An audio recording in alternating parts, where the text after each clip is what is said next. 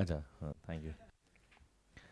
तो last class में हम लोगों ने काफ़ी मॉडर्न फिज़िक्स ख़त्म कर लिया है, और टेक्निकली आज मॉडर्न फिज़िक्स की आखिरी क्लास है। प्रभु ने चाहा तो मैं इसे अगले 1 घंटे में ख़त्म भी कर पाऊँगा, बाकी डिपेंड करता है कि आप कितने देर में चीज़ों को समझ पाओगे, क्योंकि बहुत छोटा सा टॉपिक बचा है। And majorly if you can able to see page number 29 से सिर्फ 33 तक की थियरी है, उसके बाद से न्यूमेरिकल है जिसमें थोड़ा सा टाइम लगना है। So let's begin with page number 29. Page number 29 is mass defect. ये जो टॉपिक है इसे वैसे लास्ट क्लास में थोड़ा सा मैं पढ़ा चुका हूँ, थोड़ा सा मैंने इसको पढ़ा दिया था, तो उसको वहीं से कंटिन्यू करेंगे कि मान लो मेरे पास एक न्यूक्लियस है, न्यूक्लियस के अंदर 4 प्रोटॉन 3 न्यूट्रॉन है, और हमने सीख लिया है कि प्रोटॉन और न्यूट्रॉन में से न्यूट्रॉन थोड़ा सा भारी होता है। अब थोड़ा सा का मतलब तो हिंदुस्तानी आदमी को समझ में नहीं आता, हम इसको बोल देते हैं 2 किलो के होंगे, ये मान लो 1 किलो का होगा। मतलब मैं सिर्फ एक absurd कैलकुलेशन ले रहा हूँ ताकि मैं आपको कॉन्सेप्ट सिखा सकूँ। तो हमने मान लिया कि ये 2 किलो के न्यूट्रॉन्स हैं और एक जो प्रोटॉन है वो 1 किलो का है। तो आपके हिसाब से जो मास ऑफ न्यूक्लियस है वो कितना होने वाला है? तो मास ऑफ न्यूक्लियस ये कितना हो जाएगा according to you? 4 + 1 4 multiply by 1 + 3 multiply by 2, यानी दिस विल बी 10 kg। कितना होगा? 10 किलो मास होगा। तो मास ऑफ न्यूक्लियस कितना होगा? 10 kg होगा। तो हमने तोल ताल के, भाई अलग अलग हमें प्रोटॉन का न्यूट्रॉन का मास पता था, तो हमने कैलकुलेट कर लिया कि जो टोटल न्यूक्लियस का मास है वो कितना आना चाहिए? 10 किलो आना चाहिए। अभी मैंने इसे उठा के तराजू पे रखा। ये absurd बातें हैं कि भाई ऐसे कैसे हो सकता है, मैं बस आपको पढ़ाने के लिए बता रहा हूँ ये। तो मान लीजिए हमने इसे उठा के तराजू पे रख दिया। जैसे मैंने इसे वेइंग स्केल पे रखा, हमारा मास निकल कर आया फॉर एग्जाम्पल 9.4 kg। कितना आया? 9.4 kg। तो सवाल ये आया कि ये 0.6 kg यानी ये 600 ग्राम का मास कहाँ गया? तो ये जो 0.6 kg या 600 ग्राम का मास है, एक्चुअल में इस मास को एनर्जी में कन्वर्ट किया जाता है, और ये एनर्जी इस्तेमाल की जाती है सारे न्यूक्लियॉन्स को एक साथ बांधने के लिए, ताकि उसका न्यूक्लियस फॉर्म कर सके। क्योंकि जो मैंने थ्योरी बताई है, हमने बोला 4 प्रोटॉन है 3 न्यूट्रॉन है, भाई अलग अलग भी पड़े हों तो भी यही मास होगा, और न्यूक्लियस के अंदर है तो भी यही मास होगा। लेकिन अगर न्यूक्लियस के अंदर है तो न्यूक्लियस को बांधने के लिए भी तो कुछ एनर्जी चाहिए होगी। न्यूक्लियस को बांधने का मतलब क्या है? न्यूक्लियस को बांधने का मतलब है कि न्यूक्लियस के अंदर जितने भी न्यूक्लियॉन्स हैं उनको एक साथ एसोसिएटेड रखने के लिए, बिकॉज उनके उसमें रिपल्शन हो रहा होगा, कुछ एजिटेशंस होंगी, तो उनको इकट्ठा बांधने के लिए जो एनर्जी चाहिए होती है वो एनर्जी कहां से आएगी? एनर्जी हमने बताया लास्ट क्लास में, एनर्जी मास से आती है। तो कुछ मास खर्च किया जाता है, अपने न्यूक्लियस का ही कुछ मास खर्च कर दिया जाता है। कितना? 0.6 किलोग्राम का मास हमें खर्च किया, और वही मास मास डिफेक्ट कहलाता है। वो जो डिफरेंस होता है वही मास डिफेक्ट होता है। यानी वही मास डिफेक्ट एनर्जी में भी क्या होगा? कन्वर्ट होगा, ताकि क्या किया जा सके? ताकि न्यूक्लियस को बाइंड किया जा सके। यानी उस मास डिफेक्ट की वजह से जो एनर्जी प्रोड्यूस होगी, किसकी वजह से? उस मास डिफेक्ट की वजह से जो एनर्जी प्रोड्यूस होगी उसको हम नाम दे देंगे बाइंडिंग एनर्जी। बाइंडिंग एनर्जी वैसे टेक्निकली तो बोलना चाहिए energy required to bind all the nucleons together, but सृष्टि में ना बनाने से ज्यादा तोड़ने की महत्वता दिखाई देती है लोगों को। तो उसने डेफिनेशन दी क्या कि साहब the amount of energy required to dissociate the nucleus. चूंकि हमारे पास बनाने की औकात तो है नहीं, हम न्यूक्लियस तो बना नहीं सकते, हम तोड़ सकते हैं, हम डिसइंटीग्रेट कर सकते हैं। सही है कि नहीं? तो हम लोग शुरू कर रहे हैं मास डिफेक्ट। मास डिफेक्ट आपको समझ में आ गया है, तो मैं मान लेता हूं कि हमारे पास एक न्यूक्लियस है। इस न्यूक्लियस का न्यूक्लियाइड रिप्रेजेंटेशन है XZA, यानी इसके पास कितने नंबर ऑफ प्रोटॉन्स हैं? Z। इस पे कितने नंबर ऑफ न्यूट्रॉन्स हैं? A-Z। Mass of each proton is MP and mass of each proton neutron is Mn। So Z is a number of protons and A-Z is a number of neutron. तो अगर मैं इसे mp से multiply कर दूं उसको m, तो ये ऐड हो जाएगा, बोलो हाँ या ना, and that becomes the total mass that you observed, that you calculated, but the actual mass will be of course slightly lesser, बोलो हाँ या ना। इसका मास थोड़ा सा कम होगा। क्यों होगा कम? क्योंकि कुछ मास खर्च कर दिया होगा इन्होंने, कुछ मास एक्सपेंड हो गया होगा, एक्सपेंस हुआ होगा कहां पे? एनर्जी को कन्वर्ट करने में, एनर्जी बनाने में। इसलिए इस डिफरेंस को हमने क्या नाम दिया? Mass defect. क्या नाम दिया इसको? Mass defect. तो mass defect is nothing but it is a difference of mass. तो एक बार रीड कर लेते हैं आपकी बुकलेट में पेज नंबर 29 पे से, पेज नंबर 29। लाइव वाले बच्चों पेज नंबर 29 पे हो बेटा। तो उसमें लिखा it is found to the surprise, अब कोई सरप्राइज नहीं हो रहा, अभी पता है ना, the mass of a stable nucleus is always less than mass of its constituent protons and neutrons in their free state. कहता है ये जो है वो कम होता है, हाँ होता है। The difference between the rest mass of the nucleus and the sum of the rest mass of the constant nucleus is called as a mass defect. ये फॉर्मूला यहाँ पे आप देख रहे हो लिखा हुआ है। अच्छा, मास डिफेक्ट को अगर मास नंबर से मल्टीप्लाई कर दूं तो एक टर्म बनती है which is called as a packing fraction. Syllabus में नहीं है, बस टर्म है, याद कर लेना। ठीक है जी। अब मैंने बोला कि डिफरेंस आ गया, ये 0.6 किलो का एक डिफरेंस आ गया। ये 0.6 किलो का डिफरेंस क्या कर रहा है? ये 0.6 किलो का डिफरेंस ही खर्च होके एनर्जी में कन्वर्ट होता है ताकि वो न्यूक्लियस को बांध सके। अब हमें ना एक डायरेक्ट कन्वर्जन याद करनी है। अच्छा, ये जो इसकी यूनिट है वो एएमयू होगी कि नहीं होगी? इसकी यूनिट क्या होगी बच्चों? क्योंकि बाबू ये जो मास है ये भी एएमयू में, ये भी एएमयू में और ये भी एएमयू में, सारे मासेस किस में है? एएमयू में है। तो इसकी जो यूनिट है वो एएमयू है। अच्छा, हमने ना कहीं पीछे पढ़ाया और मैंने उसको बड़ा एम्फसाइज करके पढ़ाया था जब मैंने आपको आइंस्टीन्स की रिलेटिविटी थ्योरी का एक एक्सप्रेशन पढ़ाया था, energy mass equivalence relationship E equals to mc²। वो कॉन्सेप्ट क्या बताया था मुझे याद करो, कि मास जो है वो एनर्जी में कन्वर्ट होता है। अब इस बच्चे ने लास्ट क्लास में मुझसे एक सवाल और पूछा कि सर क्या बस मास ही हमेशा एनर्जी में कन्वर्ट होता है तो ही एनर्जी निकलती है? नहीं, एनर्जी तब भी निकल सकती है जब इलेक्ट्रॉन हाई एनर्जी ऑर्बिट से लो एनर्जी ऑर्बिट में आ सके। एनर्जी के ट्रांसफर होने के कई मैकेनिज्म्स हो सकते हैं, बट हम जो यहां पढ़ रहे हैं वो एनर्जी मास इक्विवेलेंस रिलेशनशिप है। एनर्जी मास इक्विवेलेंस रिलेशनशिप मतलब E बराबर mc²। m is the mass of the body, c is the speed of light. For example if you take mass की वैल्यू 1 AMU, मास की value कितनी है? 1 AMU। तो अगर मास की वैल्यू 1 AMU है, एक एटॉमिक मास यूनिट है, तो उससे जो एनर्जी प्रोड्यूस होती है वो होती है 931.5 MeV। बोलो लिखा है कि नहीं लिखा है? पेज पलटो, कहां लिखा हुआ है? शुरुआती पेज थे, शायद मुझे याद रहा है 22-23 नंबर पेज होगा, 24 नंबर पेज होगा। चलो चेक करो, एक AMU से कितनी एनर्जी प्रोड्यूस होती है? 931 या फिर 931.5 MeV, mega electron volt. Page number 24 पे बच्चे बता रहे हैं। यानी कि एक AMU का मास अगर कन्वर्ट हुआ एनर्जी में तो कितनी एनर्जी देगा? वो देगा 931.5 AMU।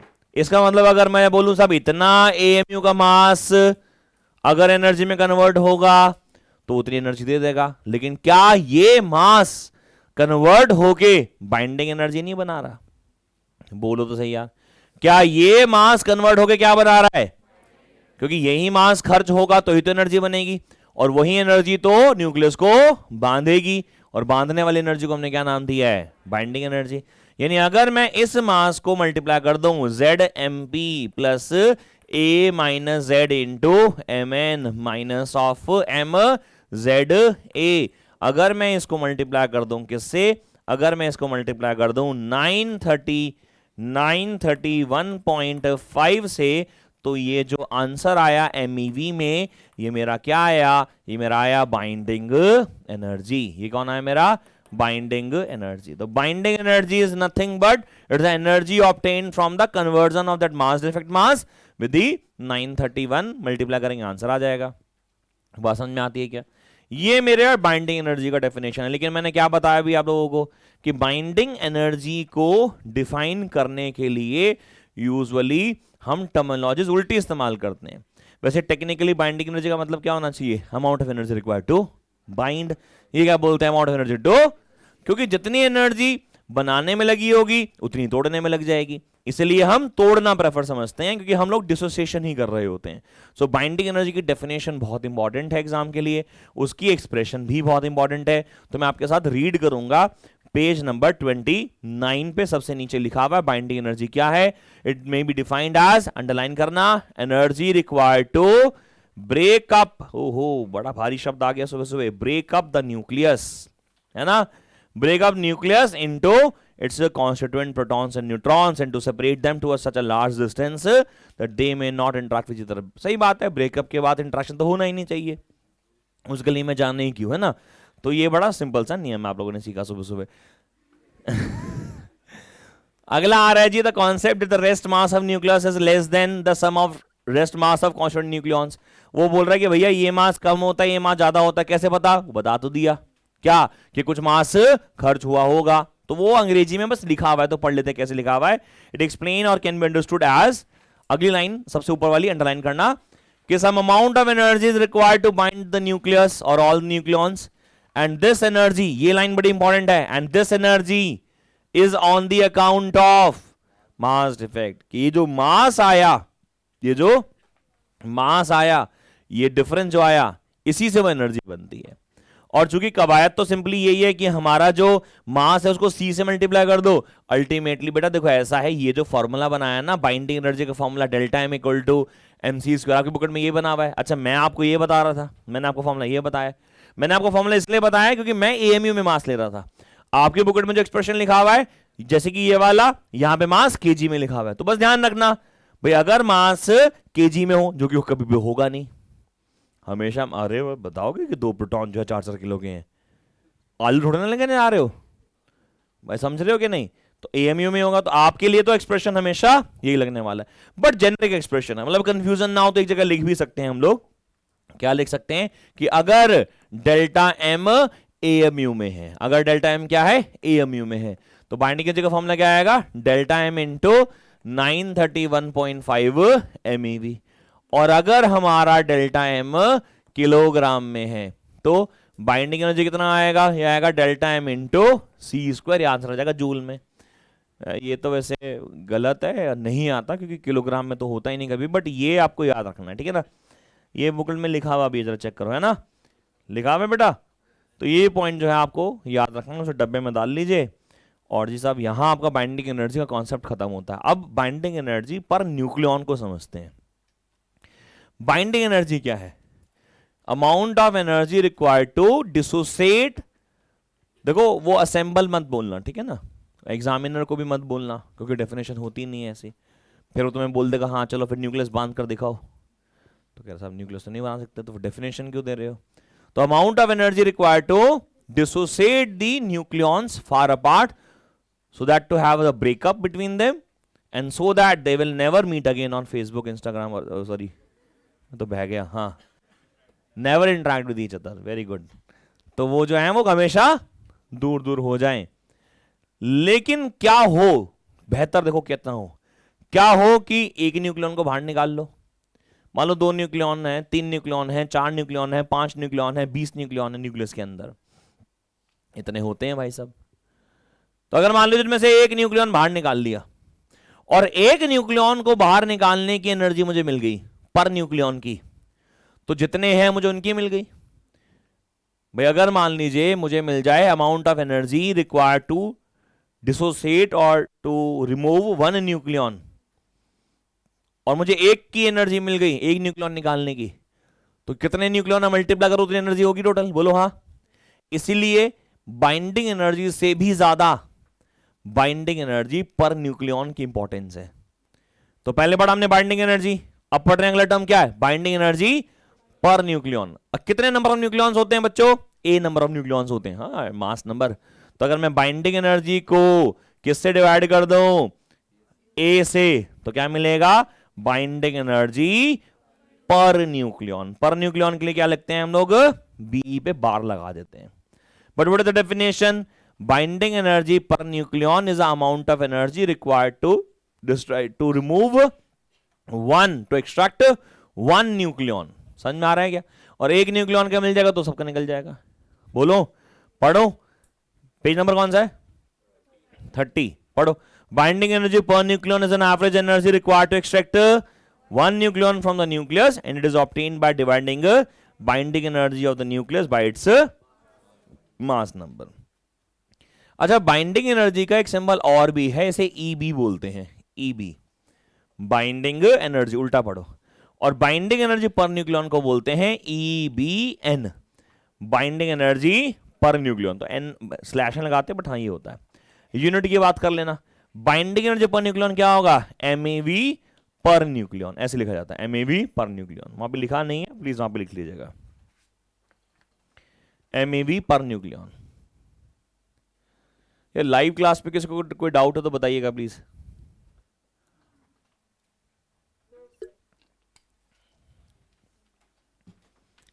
चलें बच्चों, तो ये बाइंडिंग एनर्जी का कॉन्सेप्ट हम लोगों ने पढ़ लिया। अब बाइंडिंग एनर्जी पर न्यूक्लियन मुझे जो लगता है, जैसे मैं हमेशा बता रहा था, वो ज्यादा बेहतर है। बाइंडिंग एनर्जी पर न्यूक्लियन में अगर एक न्यूक्लियन को निकालने की एनर्जी बहुत ज्यादा है, एक न्यूक्लियन को निकालने की एनर्जी बहुत ज्यादा है, तो इसका मतलब तो यह है कि उसके न्यूक्लियन ने उसको बहुत ज्यादा बांध कर रखा हुआ, बाइंड करके रखा हुआ है।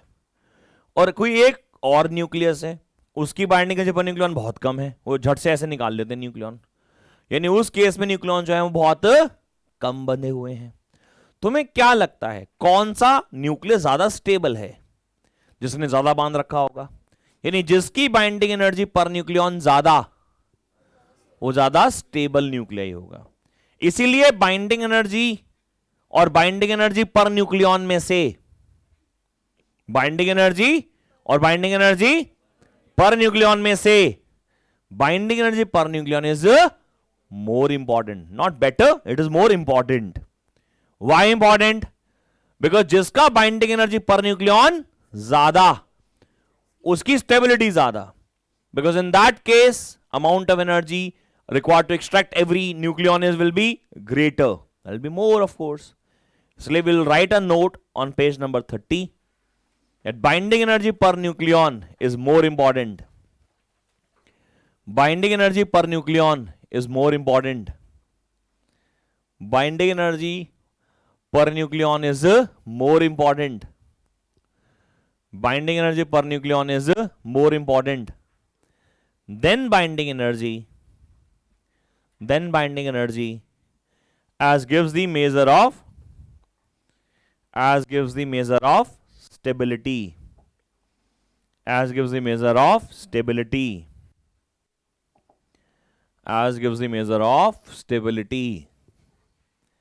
क्या मिलता है उससे? स्टेबिलिटी पता चलती है, मेजर ऑफ स्टेबिलिटी। लिखो, more binding energy per nucleon,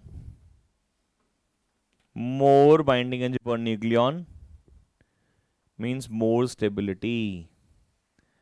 More binding energy per nucleon means more stability.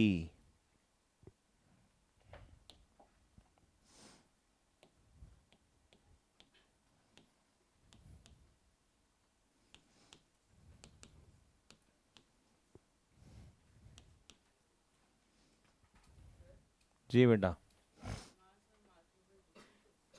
Rest mass ही होता है जो कुछ होता है, क्योंकि जब मास मूव कर रहा होता है तो उसमें कुछ वेरिएशंस आ जाती हैं, इसलिए साहब एल्बर्ट आइंस्टीन ने कहा कि रुके हुए मास की बात कीजिएगा। चलिए, तो मैं एक ग्राफ बना रहा हूँ आप लोगों के सामने। ये जो ग्राफ है, ये सवाल किसका था यार, कहाँ से आवाज़ आई थी? हाँ, समझ में आया क्या बोला? मैं कह रहा हूँ कि ये ग्राफ मैंने बनाया है, ये बाइंडिंग एनर्जी पर न्यूक्लियन, क्या है, बाइंडिंग एनर्जी पर न्यूक्लियन और मास नंबर का मैं ग्राफ बना रहा हूँ, मास नंबर का, सही है। अच्छा, बाइंडिंग एनर्जी पर न्यूक्लियन की वैसे यूनिट होनी चाहिए MeV पर न्यूक्लियन। आपकी बुकलेट में ना सिर्फ MeV लिखी हुई है, ठीक है, तो उसे पर न्यूक्लियन कर लो, वैसे वो सही तरीका होगा बेटा, ठीक है ना। अभी हम लोग क्या करते हैं, अभी हम लोग मास नंबर की डिवीज़न कर लेते हैं। आप देखो, मुझे भी बनाने में इसे कितना टाइम लग रहा है, जबकि मैं तो टेक्नोलॉजी यूज़ करके डब्बे शब्बे अपने आप बना रहा हूँ, है ना, तो तुम्हें भी टाइम लगेगा। और सवाल ये है कि क्या ये एग्ज़ाम में आता है? तो हाँ सर एग्ज़ाम में बनाने के लिए कई बार आ भी जाता है, बट ज़्यादा इम्पॉर्टेंट क्या है, ज़्यादा इम्पॉर्टेंट है कॉन्सेप्चुअल बिल्डिंग। आपको ग्राफ से हमेशा निष्कर्ष निकालना होता है कि हाँ क्या हो गया। तो यहाँ पे जो मास नंबर की डिविजन्स हैं वो 25 से हुई हुई हैं, तो पहले 25 मार्क कर लिए, फिर 50, फिर 75, फिर 100, 125, 150, 175, 200, 225 और 250, है ना। इतना बहुत है, इससे आगे तो जाने का कुछ फ़ायदा नहीं है। तो ये जो आगे का पोर्शन है वो खाली रहेगा, मैं डिलीट तो कर नहीं सकता, बट आप समझ गए है ना। ये हमारा बाइंडिंग एनर्जी पर न्यूक्लियॉन की हम लोग वैल्यू सब्स्टिट्यूट करने वाले हैं according to the mass number. अभी है क्या, हर पर्टिकुलर स्पेसिस की, हर पर्टिकुलर एलिमेंट की अपनी कुछ ना कुछ बाइंडिंग एनर्जी पर न्यूक्लियॉन है। मान लीजिए हम लोग सबसे छोटे न्यूक्लियस की बात करते हैं, तो मतलब बात शुरू होगी हाइड्रोजन से, और हाइड्रोजन जो है, हाइड्रोजन के भी अपने खुद के आइसोटोप्स हैं।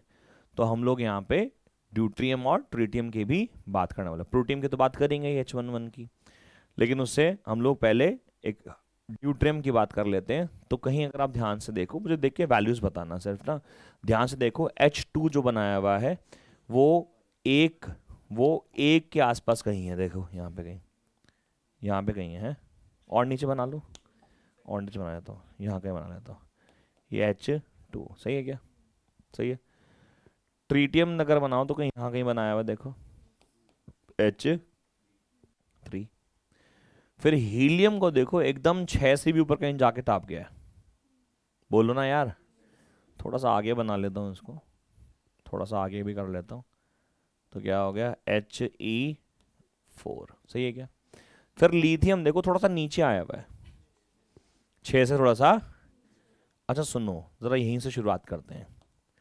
जो लिथियम है वो हीलियम की बाइंडिंग एनर्जी से उसकी बाइंडिंग एनर्जी कम है, तो आपके हिसाब से हीलियम और लिथियम में से ज़्यादा स्टेबल कौन है?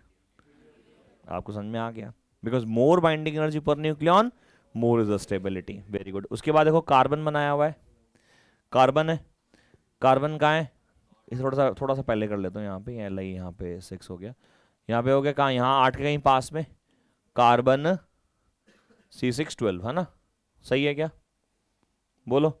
उसके बाद नीचे क्या आ गया यहाँ पे कहीं, नाइट्रोजन 9, 14, ठीक है क्या।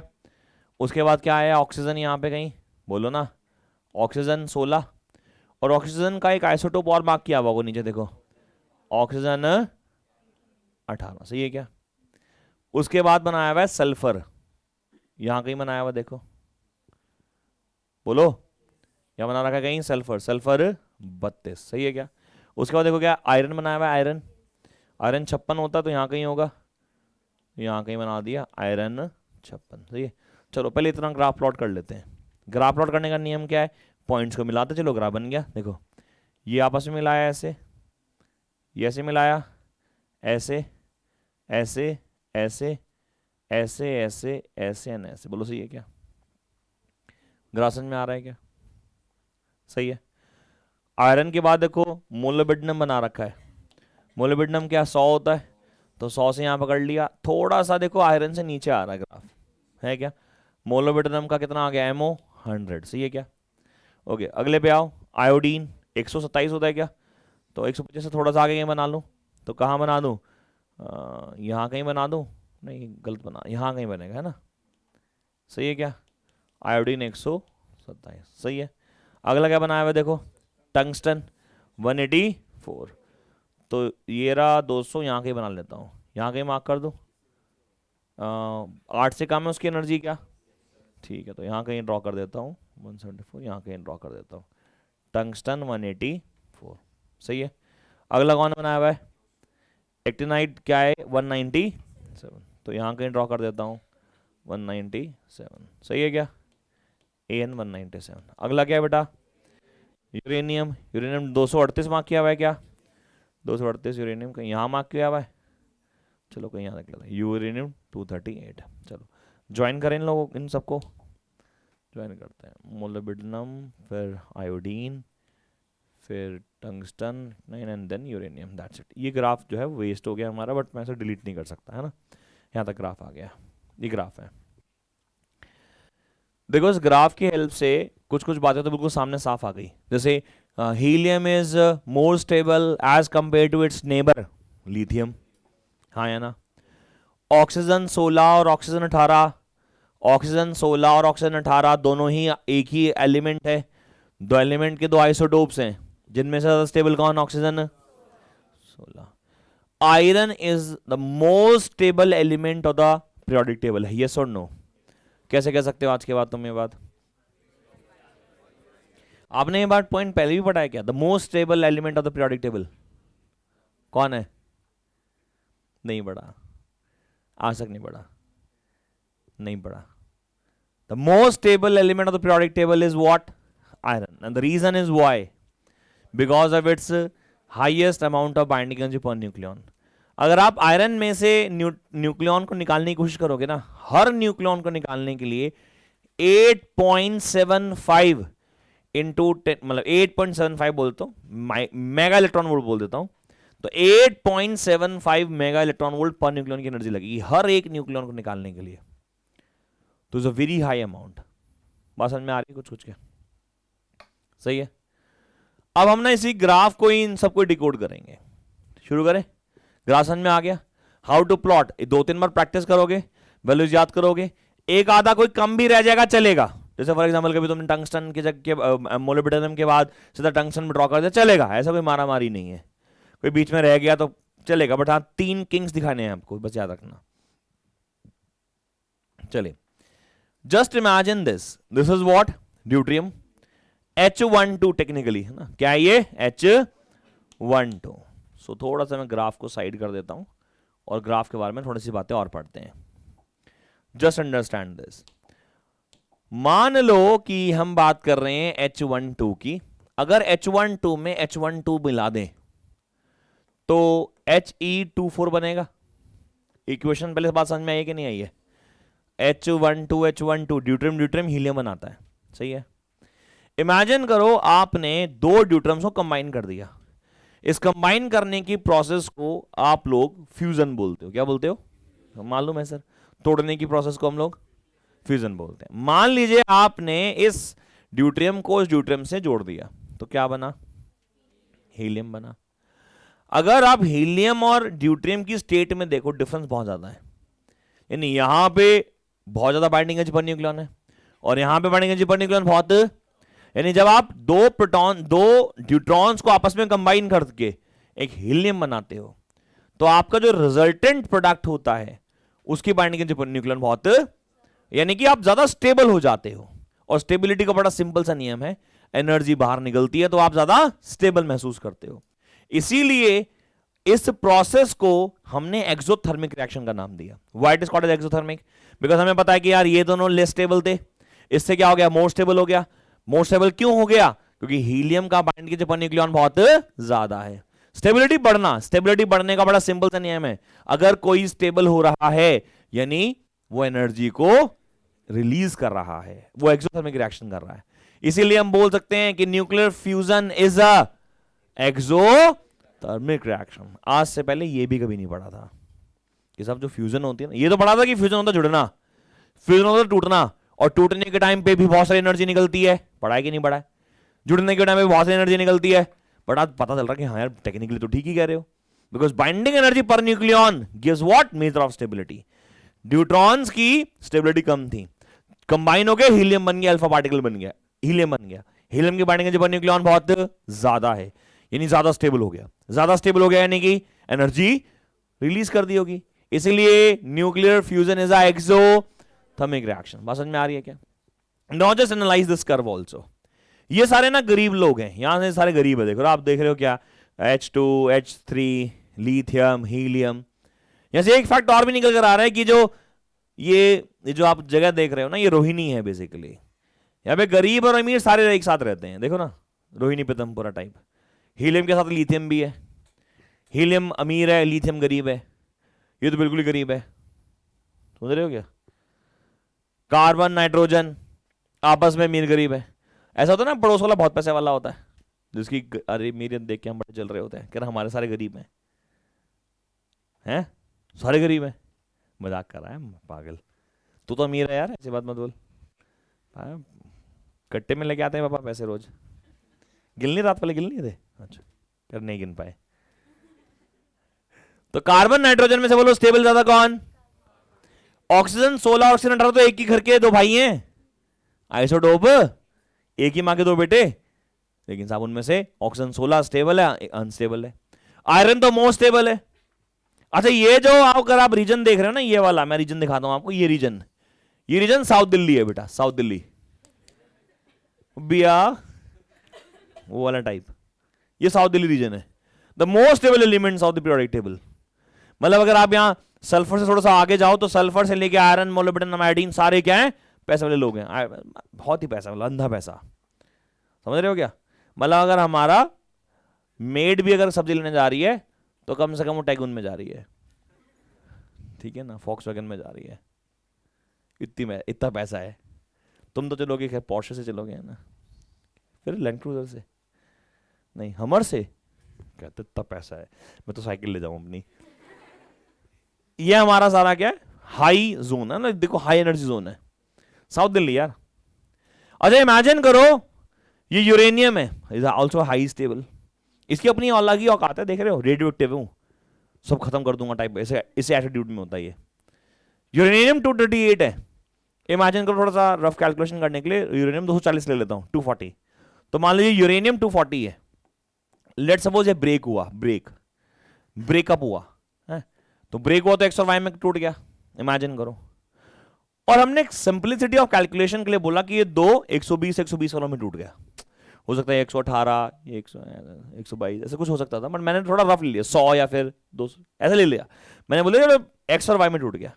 तो जस्ट इमेजिन ये जो लाइन है ना, ये वाली, ये कनाट प्लेस वाली लाइन है, इससे इधर गरीब, इससे उधर अमीर।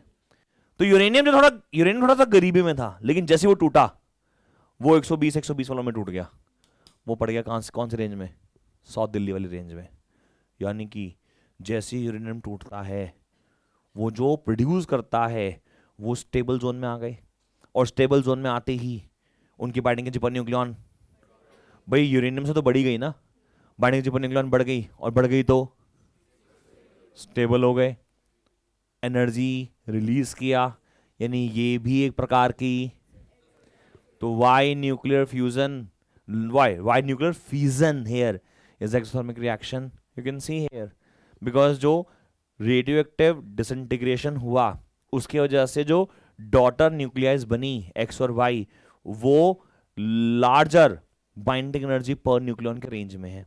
और लार्जर बाइंडिंग पर एनर्जी मतलब लार्जर स्टेबिलिटी, स्टेबल ज्यादा तो एनर्जी रिलीज होगी, यानी कि न्यूक्लियर फ्यूजन भी एक्सोथर्मिक रिएक्शन। लेकिन तुम्हें देखने से क्या महसूस हो रहा है कि कौन से के अंदर ज्यादा एनर्जी प्रोड्यूस होती होगी?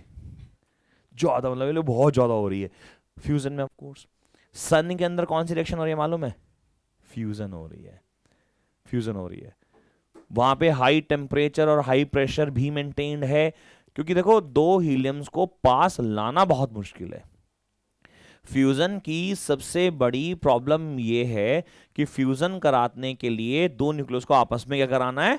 कंबाइन कराना है।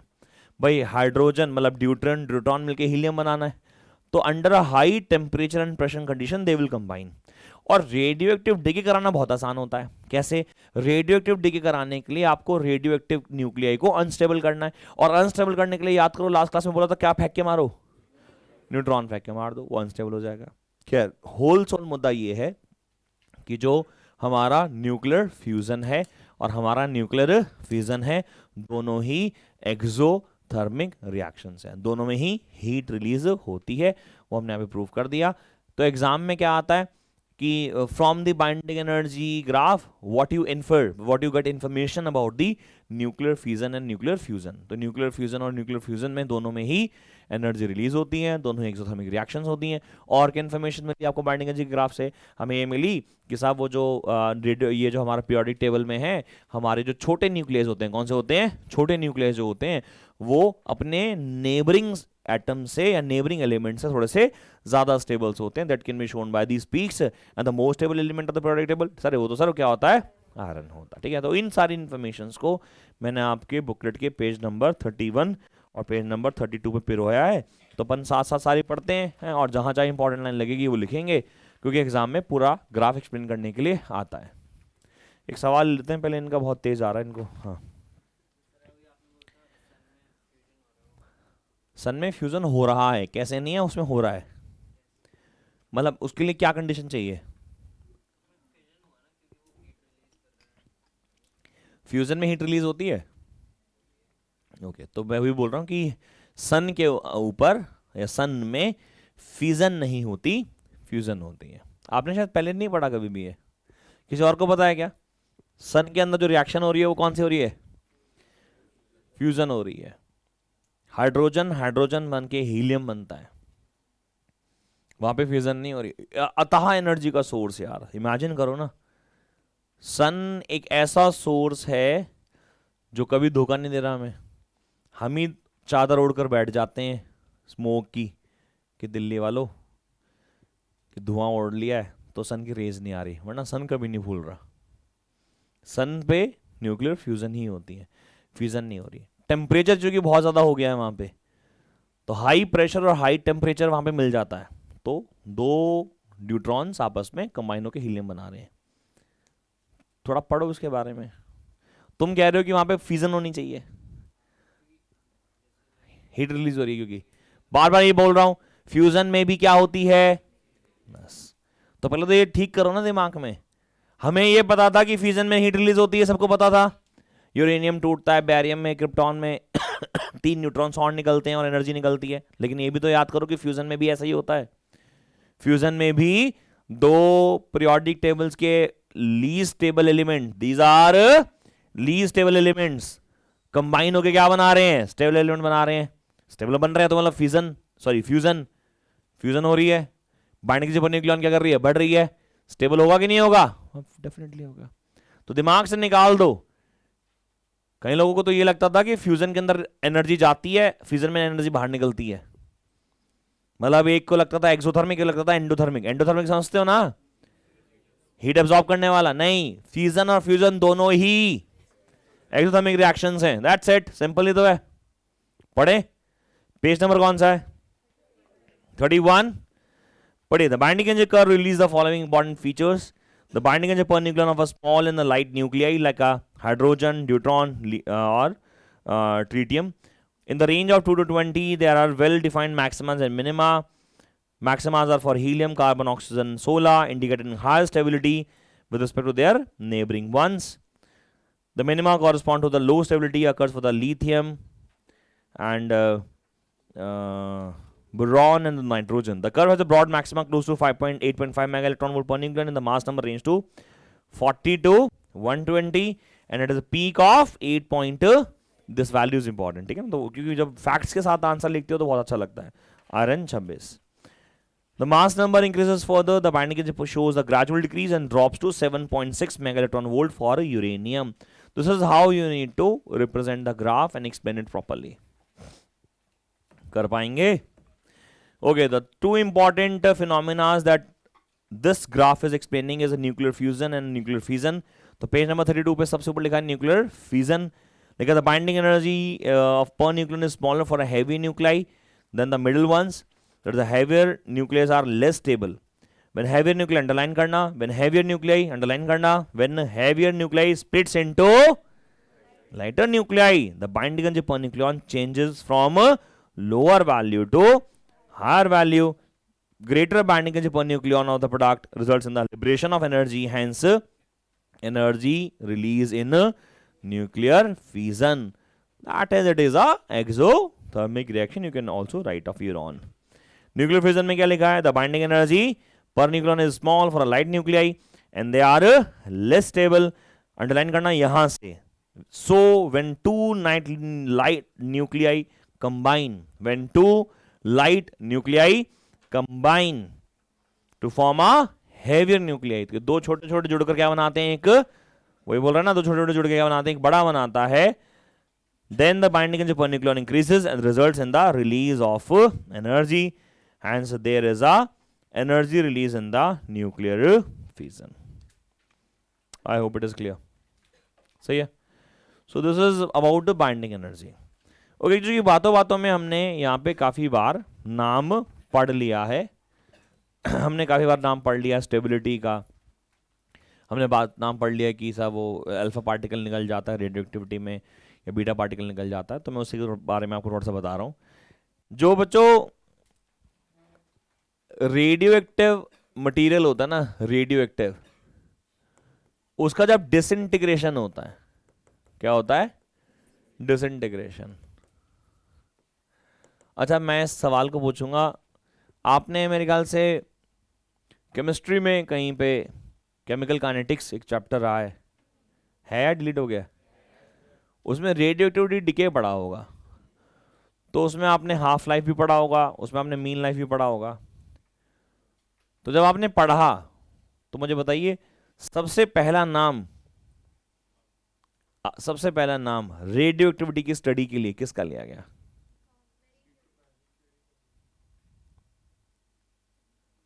ओके, मेरी क्यूरी से याद आया कि curie is a unit of radioactive disintegration which is very important NEET वालों के लिए और सबके लिए भी।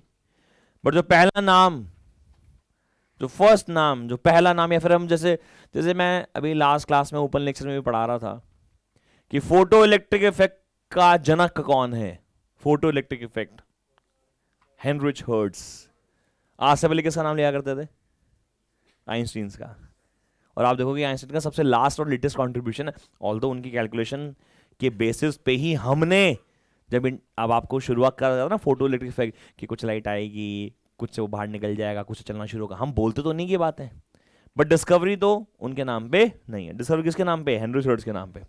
इसी प्रकार से रेडियो एक्टिव डिसइंटीग्रेशन या रेडियो एक्टिव डिके की डिस्कवरी सबसे पहले किसने करी थी? चलो मैं हिंट देता हूं, नाम शुरू होता है बी से। बी से।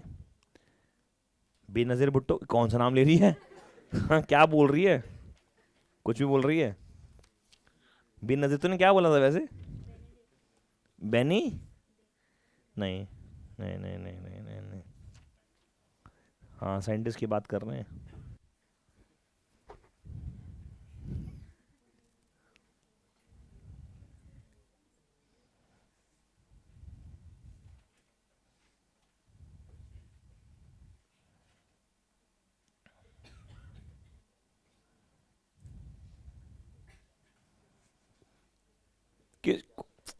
कहीं पढ़ा होगा, पढ़ा हुआ। मैं मतलब एक नाम बोलूंगा तो मैं ऐसे याद आ जाएगा, बट मैं बताता हूँ हुआ क्या था। ये बात थी 1896 की, 1896 की। एक साइंटिस्ट रहे थे हेनरी बैकरल। Henry Becquerel. उन्होंने यूरेनियम पोटेशियम सल्फेट के कुछ पीसीस को ब्लैक पेपर में ऐसे रैप करके ऐसे ड्रॉर में डाल के चले गए, और जब उन्होंने बाद में उसे निकाल के देखा तो ही found some spots on that black paper. इसीलिए जो फादर ऑफ रेडियो एक्टिविटी है वो हेनरी बैकरल है। इसीलिए जो सबसे पहली एसआई यूनिट बनाई गई रेडियो एक्टिविटी की वो बैकरल ही थी। उसके बाद रदरफोर्ड ने भी बड़ा काम किया इस पे, इसलिए जो सेकंड एसआई यूनिट होती है रेडियो एक्टिविटी की वो थी रदरफोर्ड। और उसके बाद सबसे latest Pierre Curie. Pierre Curie, उनकी वाइफ थी मैरी क्यूरी। दोनों ही ऐसे लग रहे हैं कि दोनों ही मतलब, लेकिन सबसे आखिरी में उन्होंने रेडियो डिसइंटीग्रेशन को स्टडी किया, फिर वो काइनेटिक्स जो आप लोगों ने पढ़ी है वो कैलकुलेट करा, mean half life, average half life, फिर लास्ट यूनिट पढ़ी इसकी Curie, which is somewhere equal to 3.78 10 to the power 10 in disintegration per second. मैं वो वैल्यू ढूंढ रहा था बट मुझे मिली नहीं। But apart from this, these are the basic knowledge you must know about the disintegrations. Disintegration हुआ, डिसइंटीग्रेशंस के अंदर रेडियोएक्टिव एलिमेंट में से अल्फा पार्टिकल निकला, बीटा पार्टिकल निकला और गामा पार्टिकल निकला। सो अल्फा निकला, बीटा निकला और गामा निकला। तो इसको हमने बोल दिया अल्फा टीके से बोल दिया बीटा टीके, उसे बोल दिया गामा टीके। सो जस्ट से लाइक मैं बोल देता हूं, जैसे कि मान लीजिए न्यूक्लियाइड है XZA, XZA। ये हमारा पेरेंट न्यूक्लियाई है, this is called as a parent nuclei. अब पेरेंट न्यूक्लियाई से टूट के मान लीजिए ये वाई बन गया और यहां से निकला अल्फा पार्टिकल, तो अल्फा पार्टिकल निकलता है तो अल्फा पार्टिकल होता है He2 और यहां से बहुत सारी एनर्जी निकलती है बच्चों, बहुत सारी। It is also exothermic reaction, we know now. Disintegration जब भी होगा, टूटेगा, रेडिएटिव डिके होगा, फिजन होगा, कौन सी रिएक्शन होगी? वो एक्सो, तो रिएक्शन एनर्जी निकलेगी। अब अगर मैं बात करूं कि हमारा जो ये XZA है इसका एटॉमिक मास और मास नंबर कितना होगा, तो इसका एटॉमिक मास हो जाएगा A-4 और मास नंबर हो जाएगा Z-2, क्योंकि सॉडी फजान रूल के हिसाब से, Soddy Fajans, it is not a Fajans rule of electronegativity of the chemistry, it is Soddy Fajans. Punjabi design है साडी फजान। साडी फजान ने कहा कि जी जितना मास नंबर यहाँ उतना मास नंबर यहाँ, जितना एटॉमिक नंबर यहाँ उतना एटॉमिक नंबर है। It is also called the law of conservation of charge. मैं पागल हो गया, इलेक्ट्रोस्टैटिक में पढ़ाया था। तो यहाँ पे Z-2 तो यहाँ भी Z-2 होगा। इसको बोल दिया गया पेरेंट न्यूक्लियस से बोला गया daughter nucleus, like it is daughter, it is not son, like you can not be a mother in time. तुम मां नहीं बन सकते बेटे, इसे बाप बनना है। ये पहली ही बात हुई थी सेशन की शुरुआत में, इसे बाप बनना है। मतलब तुम समझ रहे ना, you can not B mother, तुम मां नहीं बन सकते, और तुम बन भी गए तो कितना अपसेट लगेगा कि सर मैं मां बन गया हूं। तो इसीलिए क्योंकि इसका फर्दर फिजन हो सकता है इसलिए इसे डॉटर बोला गया। ये फर्दर फिजन कर सकता है इसलिए इसे डॉटर बोला गया। अगर ये फर्दर फिजन नहीं होता तो इसे सन बोला जा सकता था, सन न्यूक्लियाई, इसलिए पता पेरेंट से बोलते हैं डॉटर। ये हो गया अल्फा डीके। दूसरा होता है बीटा डीके। पहला डीके हो गया, दूसरा डीके होता है बीटा डीके। तो बीटा डीके में XZA, सही है क्या? XZA बीटा डीके हुआ। बीटा डीके में बीटा माइनस और बीटा प्लस दोनों निकलते हैं। बीटा पार्टिकल दो प्रकार के होते हैं, एक होता है इलेक्ट्रॉन, एक होता है पॉजिट्रॉन। इसे बोलते हैं बीटा माइनस, इसे बोलते हैं बीटा प्लस। अगर ऐसा हुआ तो बोलते हैं बीटा माइनस डीके, अगर ऐसा हुआ तो बीटा। चलो जी, इसकी डॉटर कौन बनेगी? डॉटर बनना सर वाई, वाई समझ में आ रहा है क्या? तो ये क्या बनेगा? ये बन जाएगा, ये तो बन जाएगा A ही बनेगा, और ये बन जाएगा Z+1। सिमिलरली ये बनेगा, क्या बनेगा? ये बनेगा 0, सॉरी A, और ये बनेगा Z-1। सॉरी फसानू लगाते हुए। लेकिन बीटा डीके होने के दौरान ध्यान रखिएगा, यहां पे निकलता है एंटी न्यूट्रिनो और यहां पे निकलता है न्यूट्रिनो, और ये अतः एनर्जी का रिलीज यहां पे होता है। ये एनर्जी की इक्वेशन, ये केमिकल रिएक्शंस है, आपकी बुक में ने लिखा हुआ भी है ना, लिखा हुआ है। आखिरी जो है वहां पे नहीं लिखा हुआ है, उसे लिख लेते हैं गामा डीके। थर्ड पार्ट जो है उसे लिख लेते हैं क्या? Gamma DK. गामा डीके, हाँ जी बेटा। तो गामा डीके क्या है? XZA, सही है क्या? XZA मिला, क्या निकाला इसने? गामा निकाला। गामा होता है 0, गामा कितना होता है? 0। यानी कि यहां पे जो डॉटर बनेगी वो डॉटर नहीं बनेगी, वो पेरेंट ही रहेगी, क्योंकि ये बांझ है। अरे नहीं, कुछ नहीं इंपॉर्टेंट, मतलब तुम मां नहीं बन सकते बेटे हैं, और तुम तो बाप भी नहीं बन सकते, ऐसा ये बोला है ना, तो सॉरी है, hurts your feeling, don't worry. तो XZA, अरे मतलब ऐसे ही मैं मजाक में बोल रहा हूँ, तुम बनो, मैं तो कर रहा हूँ 8-10 क्रिकेट टीम साली अपनी बना लो, है ना, और ऑस्ट्रेलिया में भर्ती कर दो उन्हें,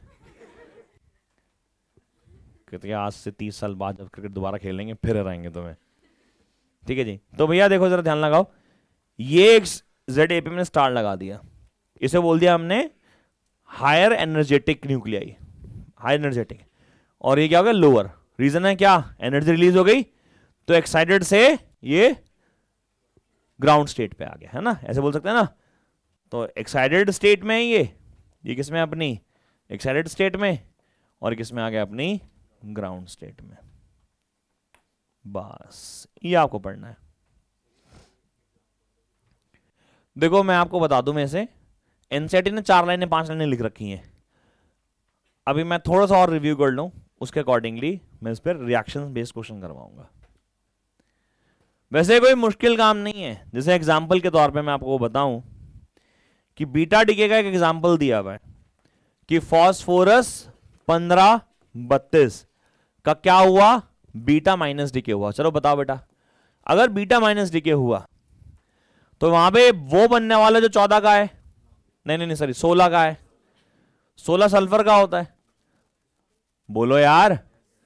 तो यहां पे क्या निकल रहा है, एंटी न्यूट्रिनो एनर्जी। तो हमें एग्जाम में क्वेश्चन कैसा आ सकता है, आई एम नॉट श्योर कि आ सकता है कि नहीं आ सकता, बट ऐसे एग्जाम में क्वेश्चन आ सकता है। जैसे एक एग्जांपल और दे रखा है, सोडियम 11-22 बीटा प्लस डीके हुआ मान लो, ठीक है ना, मुझे पता है बीटा प्लस डीके हुआ तो क्या निकलेगा, न्यूट्रॉन निकलेगा, एनर्जी निकलेगी। अब यहां पे क्या ऑन होगा सर, 10 और होगा, 10 नियॉन का होता है, तो नियॉन हो गया, और यहां पे क्या हो गया, 22 हो गया। तो ऐसे इक्वेशंस पूरी करने को एग्जाम में आ सकती हैं। तो मैंने से क्वेश्चंस कुछ बनाए हैं इजी। अगर मान लो कभी ऐसा हो बच्चों, कभी मान लो ऐसा हो कि आपको पता ही नहीं कि ये 10 कौन है, नियॉन है, कुछ है, तो अपन क्या लिखाएंगे, अपन वाई लिखाएंगे, है ना। तो उसमें एग्जामिनर आपको नंबर देगा, बट इक्वेशन इंपॉर्टेंट क्या है, इनके एटॉमिक नंबर और एटॉमिक मास लिखना। चलिए यहां तक डाउट क्लियर है सारे। चलिए पेज नंबर किस पे आ गए हैं, 34। फटाफट शुरू करेंगे पेज नंबर 34। गामा ना न्यूट्रल रेज होती हैं, हाईएस्ट पेनिट्रेटिंग पावर होती है, क्योंकि इन पर कोई चार्ज ही नहीं होता, तो बहुत ज्यादा पेनिट्रेट कर जाते हैं, कहीं भी पेनिट्रेट कर जाते हैं। हाँ ट्रीटमेंट ऑफ कैंसर में इस्तेमाल होता है, नहीं, न्यूक्लियस तोड़कर ही तो गामा निकलेगा। दोबारा बोलो, नहीं इधर हाई आयनाइजिंग पावर है, मतलब दीवार से पार करता हुआ निकल जाएगा, इतना आयनाइजेशन पावर है इसका। बुकलेट में पेज नंबर 34 पे आ गए हैं, पेज नंबर 34 पे आपको जाना तो जा सकते हैं, कोई नहीं, हाँ जाओ जाओ। पेज नंबर 34 पे सवाल करेंगे, पहला क्या लिखा है, लिखा है 16 मिलीग्राम का मास है, उसकी इक्विवेलेंट एनर्जी निकालो। मास कितना है, 16 milligram. If the mass of 16 milligram, convert this into kilogram first of all. Page number बताना कौन सा है, पेज नंबर है? हाँ नहीं वो किलोग्राम लिखा हुआ है उसमें ना। बच्चों ऑनलाइन वालों मैं कहां पे हूं मालूम है, न्यूमेरिकल शुरू कर दिया है। हाँ चलो चलो चलो चलो, मास कितना दे रखा है, 16 मिलीग्राम। तो पहले 16 मिलीग्राम से ग्राम में कन्वर्ट कर लिया, और फिर ग्राम से किलोग्राम में कन्वर्ट कर लिया, तो मास कितना आ गया, 16 10⁻⁻⁶। अच्छा मास किलोग्राम में है, तो एनर्जी निकालनी है, तो इक्वल्स टू mc स्क्वायर लगाऊंगा, 931.5 तो लगाऊंगा नहीं। अगर मास एएमयू में दे रखा होता तो 931.5 से मल्टीप्लाई करता, बोलो सही है। तो m की वैल्यू कितनी है, m की वैल्यू 16 10⁻⁻6 इंटू 3 10⁻8 का स्क्वायर, सही है क्या। इसको सॉल्व करा, आंसर जूल में आया, जूल में आंसर चाहिए नहीं, 10⁻⁻19 से डिवाइड करके इलेक्ट्रॉन वोल्ट में आंसर छोड़ दिया। इसका आंसर आएगा 9 इंटू 10⁻⁻30 EV, ये मेरा आंसर आने वाला है।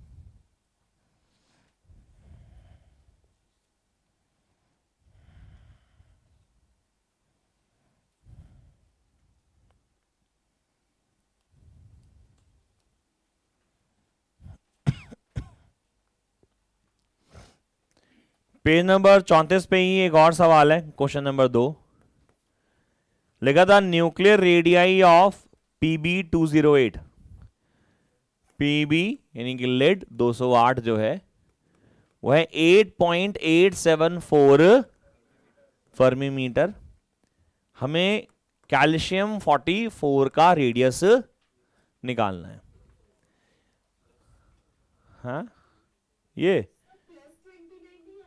+30 आएगा, नहीं नहीं ये +30 आएगा, सॉरी, बिकॉज ऊपर -6 है, यहाँ पे 16 और यहाँ पे 19 है, तो will be +30, I am sorry, this is +30, thank you बेटा। PB 208 और CA 44, PB का दे रखा है, हमें किसका निकालना है, CA का निकालना। तो हमें वो एक फॉर्मूला पता है, फॉर्मूला क्या है, R is equals to R0 to the power 1/3, यानी R1 RPB divide by R of CA will be A of PB divided by A of CA की पावर 1/3, सही है।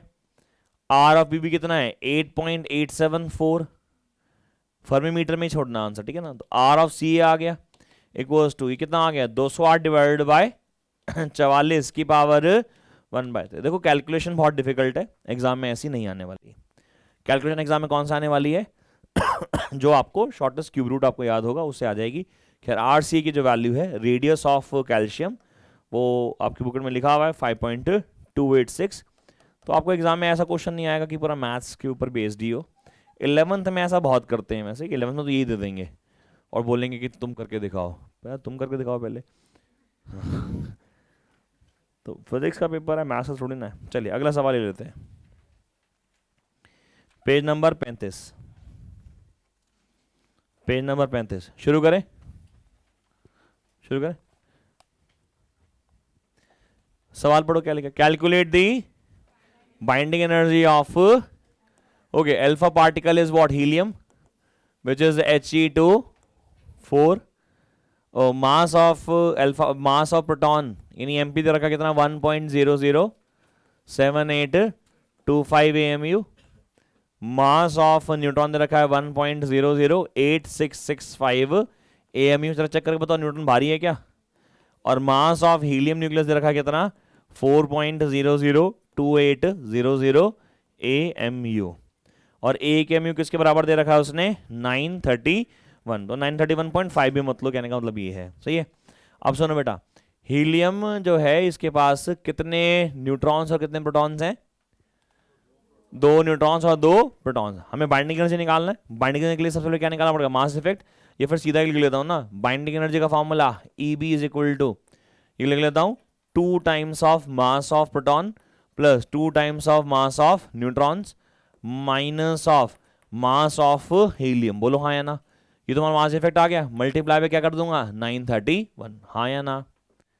बोलो यार, ये तुम्हारा A हो गया ना, सॉरी ये तुम्हारा Z हो गया और ये तुम्हारा कितना हो गया A माइनस Z हो गया, सही है क्या नहीं।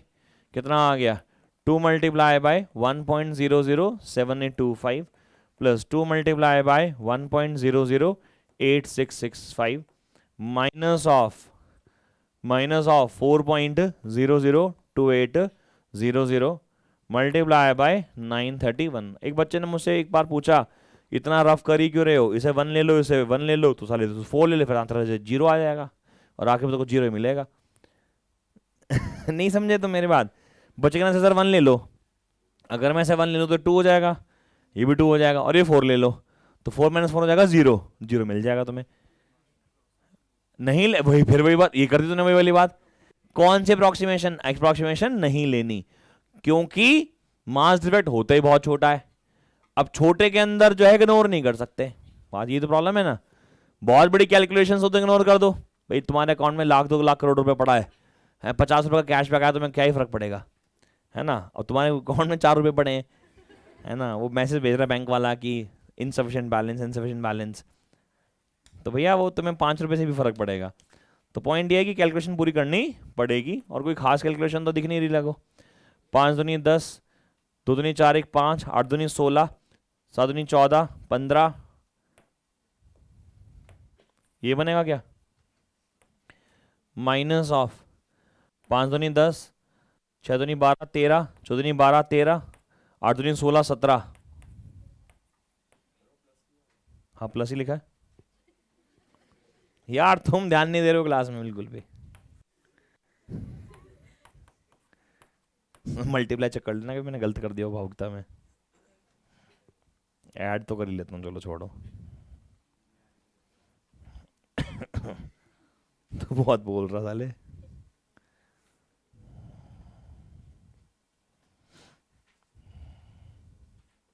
आप लोग निकालो यार प्लीज आंसर ना।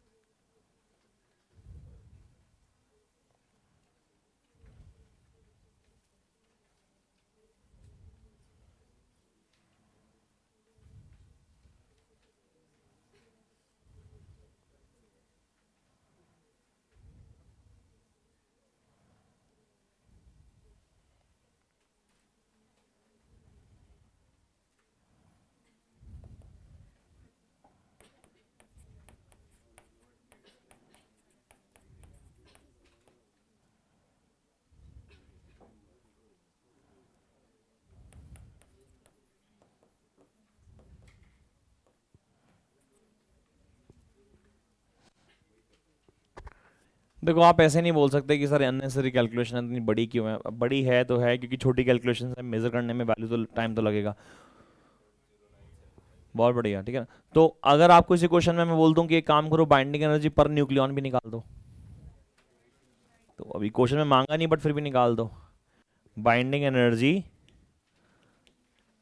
बाइंडिंग एनर्जी पर न्यूक्लियन, वो क्या होगा, binding energy by mass number, यानी 28.09 डिवाइड बाय 2 नहीं 4, क्योंकि जो, हाँ जो मास नंबर है वो 4 है, तो 7.024, 7.024 MeV पर न्यूक्लियन। एन भी लिख देते तो न्यूक्लियन मतलब समझ में आता है। हाँ बेटे, ये कर दिया बंदे ना। और ये 2 मिनट बस। सुनो, पेज नंबर 36 और 37 देखो, अपने आप करना है। 36 अपने आप ट्राई करेंगे फटाफट, अभी करना है एक।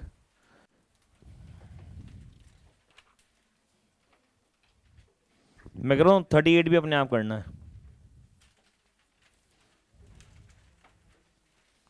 37, 36, 37, 38 एक बार चेक कर लो, जो मैं बोल रहा हूँ वो फिजिबल भी है, आप कर भी पाओगे। सेम ही तो है भाई। 36 एक अपने आप कर लो बस। मैं एक बार देख लेता हूँ और कुछ छूटा तो नहीं मुझसे वैसे। अगर कुछ छूटा भी रहेगा तो मैं उसको रिवीजन में उठा लूंगा। हाँ एक क्वेश्चन छूट गया यार, ये तो बहुत ज़रूरी क्वेश्चन रह गया। तो फिर आखिरी एक पहले क्वेश्चन लिखो, एक क्वेश्चन लिखेंगे।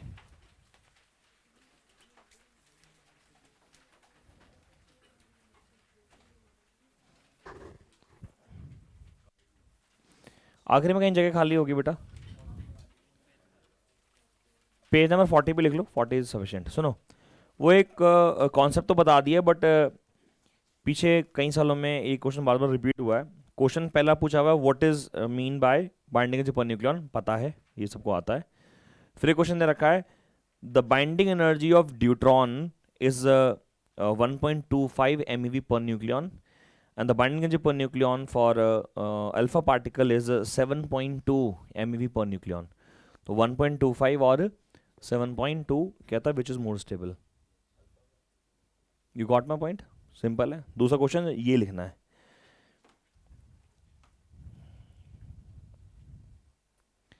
लिखो if a nucleus X, if a nucleus X, if a nucleus X with A equals to 240 and EBN 7.6 MeV per nucleon splits into A1 and A2, splits into A1 and A2, या A1 equals to 110 and A2 equals to 130 लिख लेना। splits into A1 equals to 110 and A2 equals to 130, each of binding energy per nucleon equals to 8.5 MeV per nucleon। Then calculate binding energy of each X, A1 and A2, and दूसरा point energy released. ये question मुझे पता नहीं कैसे miss हो गया, लेकिन सबसे इंपॉर्टेंट क्वेश्चन है आपके बुक इस चैप्टर का। इस क्वेश्चन को मार्क कर लो, वेरी वेरी इंपॉर्टेंट।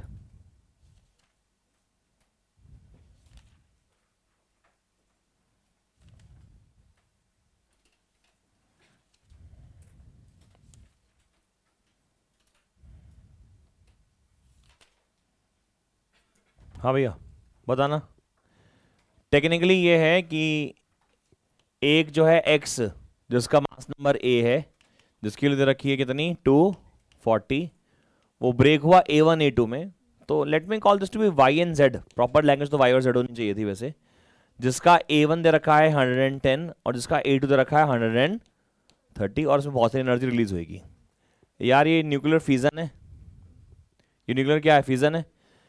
कहता है EBN ऑफ, EBN नहीं EB बोलो इसको, EBN तो दे रखा है, तो calculate EB of each X Y and Z, है ना, YZ बोल देता हूं उसको, और इसको भी आप Y और इसको भी आप Z भी लिख सकते हो, है ना। बताओ बेटा, आपको इसका बाइंडिंग एनर्जी पर न्यूक्लियन दे रखा है कितना, 7.6 MeV पर न्यूक्लियन। इन दोनों का बाइंडिंग एनर्जी पर न्यूक्लियन दे रखा है कितना, 8.5 MeV पर न्यूक्लियन।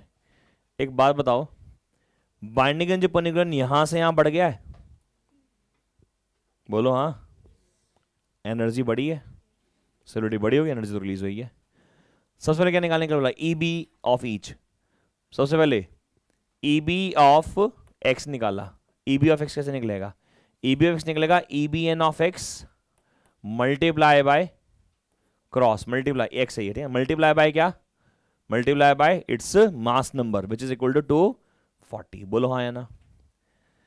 अरे भैया EBN का फॉर्मूला क्या होता है, EB अपॉन में मास नंबर, तो EB निकालने तो क्या निकालना पड़ेगा, EBN मल्टीप्लाई बाय A कौन है 240, तो कितना आ गया 7.6 मल्टीप्लाई बाय 240, हाँ या ना।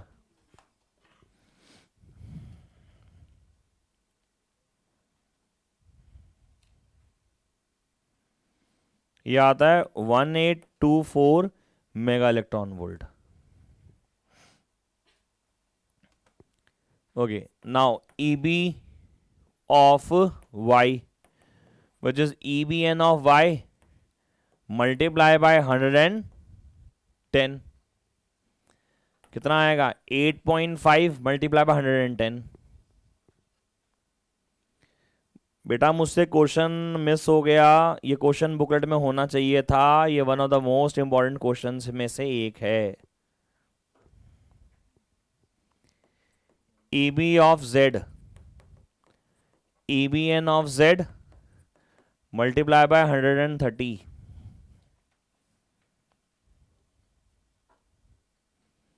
यह आता है 1105 MeV। भाई लाइव क्लास में किसी को दिक्कत है तो बताएं। ये समझ में आ रहा तुम लोगों को, one of the most important question.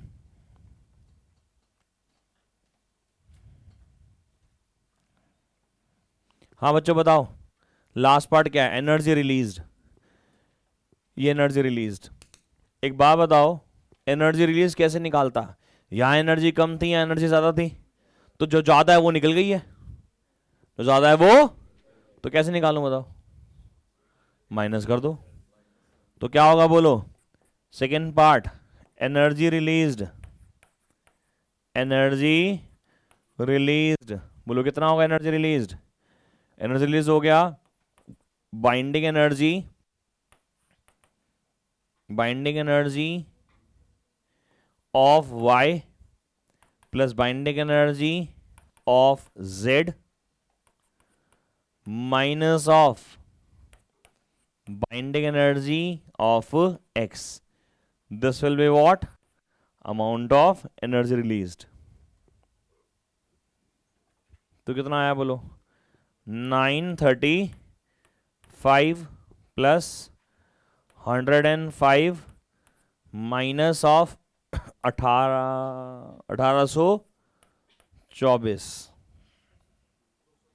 200, तो 216 MeV की एनर्जी निकलेगी।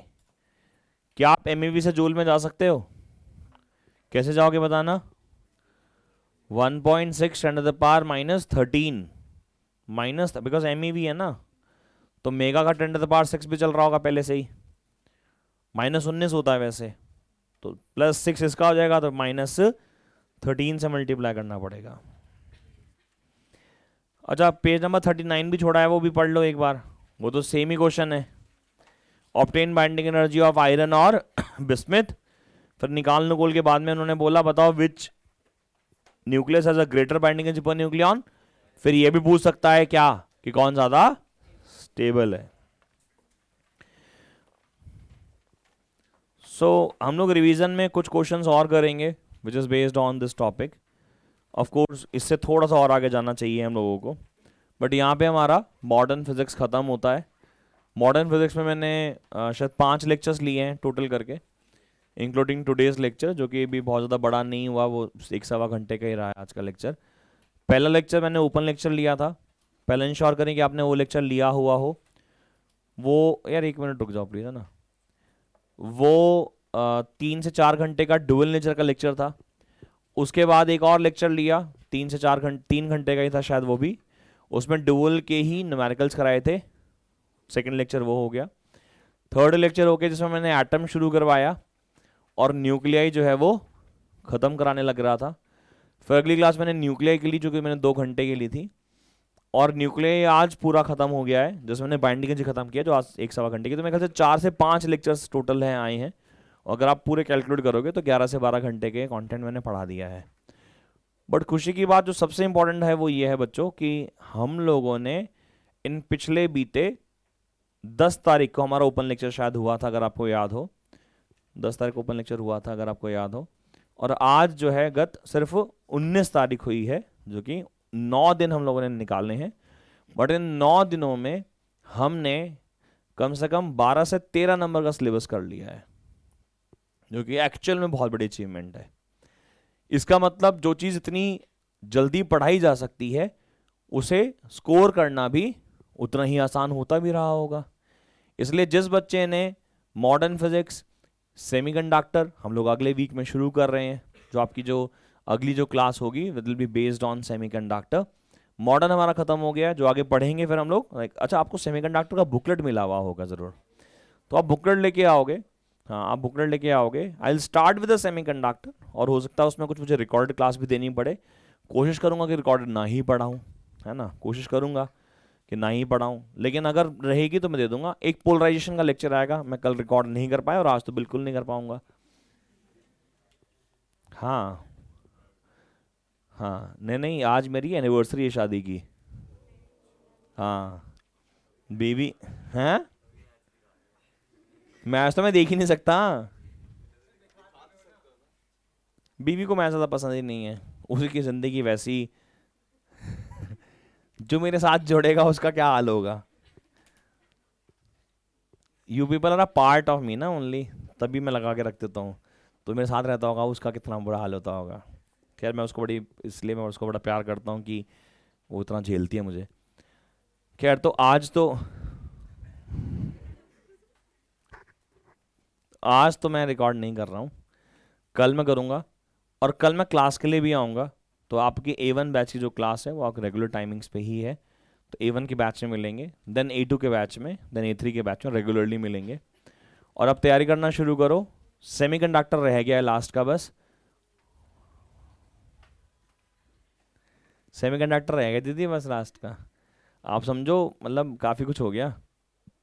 और आपका प्री बोर्ड कब है? अभी मतलब कुछ दिन, मतलब नवंबर एंड। तो भैया ऐसा है, सुनो, प्री बोर्ड के लिए सबसे इंपॉर्टेंट इन्फॉर्मेशन, आप लोगों के प्री बोर्ड्स में कितने नंबर आते हैं उससे डिसाइड होता है कि आपके प्रैक्टिकल में कितने नंबर मिलेंगे। अब अगर तो आप लोगों की ट्यूनिंग जो है अपने स्कूल टीचर से अच्छी है, जो कि लड़कियों की बहुत अच्छी होगी, और लड़कों की तो तुम्हें खुद को पता ही है। हाँ, आप समझदार हो बहुत, तो तुमने लंका दहन कर रखी है, तुम्हारी बारी है। तो लड़कियों की यूजुअली, लड़कियां थोड़ी सोफिस्टिकेटेड होती हैं, थोड़ी सी तमीज़दार से बात करती हैं। ये सब लड़ पड़ते हैं, कहते क्या है, नहीं समझ में आ रहा, नहीं समझ में आ रहा, कहते बोल समझ में आ रहा है। लड़कियां होती है कि समझ में भी नहीं आया तो बोल दे कि हाँ मैम, कोई नहीं मैम, हैं। अपनी शक्लों पे जो है, मेरी फैकल्टीज़, मैं अपनी बता देता हूँ, मेरी फैकल्टीज़ मुझसे बहुत स्नेह रखती थी, क्योंकि मेरा उसूल था या तो मैं क्लास में नहीं हूँ, और मैं क्लास में हूँ तो फिर मैं उनकी बात सुन रहा हूँ, क्योंकि वो बहुत तजुर्बा लेके आते हैं यार। कोई भी टीचर ना बहुत तजुर्बे से आता है बेटा, और बहुत मेहनत से आकर खड़ा होता है। ऐसा थोड़ी ना होता है कि आपके स्कूल में कोई भी आया और ऐसे खड़ा हो गया, ऐसा थोड़ी ना आ गया होगा, नहीं, बिल्कुल नहीं। नहीं, आप मजाक में बोल रहे हो, बात वो अलग है। कुछ तो आता ही होगा, कुछ तो कैपेबिलिटीज होंगी उस टीचर में, कुछ ना कुछ कमी। देखो होता क्या है, कई टीचर के साथ प्रॉब्लम ये है कि ना वो सिंक नहीं कर रहे होते बच्चों के साथ। अब जैसे मेरी क्लास चल रही होती है तो मैं कहानियां सुनाता रहता हूँ बीच बीच में, कभी कुछ बोल दिया, कुछ कमेंट मार दिया। ये कमेंट मारना बहुत जरूरी होता है, इसे बोलते हैं अपनी बस में बिठाना। फिर मैं तुम्हें कहीं भी ले जाऊं, चाहे झुमर तलैया ले जाऊं, चाहे कहीं भी ले जाऊं घुमाने के लिए, बट तुम मेरे साथ एक बार सिंक होने बहुत जरूरी हो। इसीलिए मैं बात बीच बीच में कुछ ही बोल देता हूँ, नेपाली बोल दिया इसको, तुम कभी मान नहीं बन सकते। अब ये कोई लॉजिक थोड़ी ना है, बायोलॉजिकली जो बाप बन सकता है वो बाप बन सकता है, अब वो ना बने एक अलग बात है। फिर उसे मेरी क्लास याद आया कि सर ने कहा था, श्राप दिया था, उन्हीं से जाके मिलो, कुछ आशीर्वाद देंगे तो फिर वो बात बनेगी। तो जब मैं क्लास में बातें बोल देता हूँ तो मेरा मकसद बस इतना होता है कि आप लोग थोड़े से वापस रिवाइव हो जाएं। तो कई टीचर वो कनेक्ट नहीं कर पाते, मैं करने की कोशिश करता हूँ, कई बार मैं सफल होता हूँ, कई बार असफल भी हो जाता हूँ, उसमें क्या प्रॉब्लम है। तो मैं बस इतना कह रहा था कि प्री बोर्ड के मार्क्स के अकॉर्डिंगली आपके प्रैक्टिकल के नंबर लगेंगे, और दोनों ही चीज़ें, प्रैक्टिकल भी और प्री बोर्ड भी, दोनों ही व्यर्थ हैं। आप ज़्यादा दिमाग ना लगाएं उस पर। तो किस पे दिमाग लगाएं? अगर आप तो जेई और नीट दे रहे हो तो उस पर दिमाग लगाएं, और सीयूटी प्रिपरेशन करनी है तो आप कंटेंट पे दिमाग लगाएं। क्योंकि देखो, अगर आपने पूरे साल में ढंग से पढ़ा है, स्कूल में टीचर के साथ कोलैबोरेट किया है, अच्छे से कोऑर्डिनेट किया है आपने, प्रैक्टिकल्स उन्होंने, कई बार होता है ना कि बच्चे को होता है कि प्रोजेक्ट्स बना दो, लैब का ये काम करा दो, वो होता है कोलैबोरेशन बीच में रहता है टीचर के, एक सामंजस्य बिठा रखा है, तो फिर तुम्हें नंबर पूरे मिल ही जाएंगे। या तुम्हारे जो पिताजी हैं किसी एक मुख्य सीट पर बैठे हो जहाँ से कॉल चला जाए स्कूल के मैनेजमेंट को कि साहब इस बच्चे को ज़रा देख लेना, तो वो उतना ही बहुत होता है। जैसे मेरे पास बहुत सारे फ़ोन आया करते थे जब मैं ड्यूटी में था कि सर देख लेना, मैं कहा देख लेना क्या, ये लो देख लिया, इसमें क्या है। जैसे एक पेरेंट्स का फ़ोन आया, उसने बड़े एरोगेंटली मुझे बोला कि समझ रहे हो ना आप, ध्यान रखना है। मैंने कहा ठीक है, अपने साथ वाली सीट पे बिठा के पेपर करवाया है प्रैक्टिकल का, अपने साथ वाली सीट पे, इतना ध्यान से दिया उसको। मैंने कहा बेटे आपके पापा ने मुझे फ़ोन किया, मैं कहा बेटा पानी लेके आओ, लैब असिस्टेंट से पानी मंगवाया, मैं कहा सर आप पानी पिलाओ, बच्चा बहुत इंपॉर्टेंट है हमारा, घर का बच्चा है हमारा, मतलब बेटा नहीं है, बस बेटे से बढ़कर है। तो वहीं बैठ के उसे पूरा प्रैक्टिकल करवाया है। उसके एवज में उन्होंने मुझे बोला कि दिल्ली एयरपोर्ट पे कुछ काम हो, मैं एक्सपोर्ट में हूँ, इम्पोर्ट में हूँ, आप कुछ काम हो, मैं आप देख लेना। मैं कहा मेरे को स्मगलिंग थोड़ी ना करनी है हाँ, मैं थोड़ी ना कोई मेरा सोना आ रहा है कि जूते में पहन के आ गया कि सब वो छुड़वा दो कंसाइनमेंट हमारा। तो प्रैक्टिकल का आप कितना भी कर लो आप, और प्रोजेक्ट के चक्कर में मत पड़ो, सिर्फ तैयारी करो। कौन सी? सेकंड बुक की। अगर आपने 35 नंबर की सेकंड बुक करी फॉर एग्जांपल, और 35 में से तुमने प्री बोर्ड में 30 ले आए, तो दो फायदे होंगे। पहला, आपको ये 30 नंबर प्रिपेयर हो गए, इसको भूल जाएंगे, 30 नंबर प्रिपेयर हो जाएंगे, और फिर किस पे काम करना पड़ेगा बस। सही है क्या? और सेकंड, आपके टीचर को ये पता चल जाएगा कि इस बच्चे ने सेकंड बुक जो है पूरी कर ली है, आपको पास बुला के बस यही बोलेगा कि बेटा आपको बस फर्स्ट बुक करनी है और कुछ करना ही नहीं है, तो आप थोड़ा मेहनत करो। इसीलिए आप थोड़ी सी तैयारी करो, थोड़ी सी मेहनत करो, और दबा के मेहनत करो। और 30 नवंबर को, मेरे ख्याल से बुधवार है, गुरुवार है, 30 को मैं आप लोग का एक मिड टर्म ले रहा हूँ सेकंड बुक का, उसको अच्छे से तैयार करो। अभी आपके पास 10 दिन है, 10 दिन है, 30 तारीख का पेपर बहुत अच्छे से देना, इस तरीके से, ताकि आपके स्कूल के एग्जाम भी तभी हो रहे होंगे शायद, है ना। तो चाहे 29 को दे देना, चाहे 30 को दे देना, चाहे 1 दिसंबर को दे देना, चाहे 2 दिसंबर को दे देना, I give the wide range of mid term, but second book का मिड टर्म होगा, बट उसको सीरियसली देना। 24 को मॉडर्न का रेगुलर क्लास में है बस वो, ठीक है ना, वो मॉडर्न फिजिक्स है, ये मिड टर्म है, ठीक है ना। तो उसको ढंग से देना, इस तरीके से देना कि आप अपने बोर्ड की तैयारी कर रहे हो, इससे आपका प्री बोर्ड का सेकंड बुक भी तैयार हो जाएगा, ठीक है ना। तो अगली क्लास में मिले, कभी मिल रहे? मंडे को मिल रहे हैं, कल ही है क्या मंडे? अरे वाह, चलिए, थैंक यू सो मच।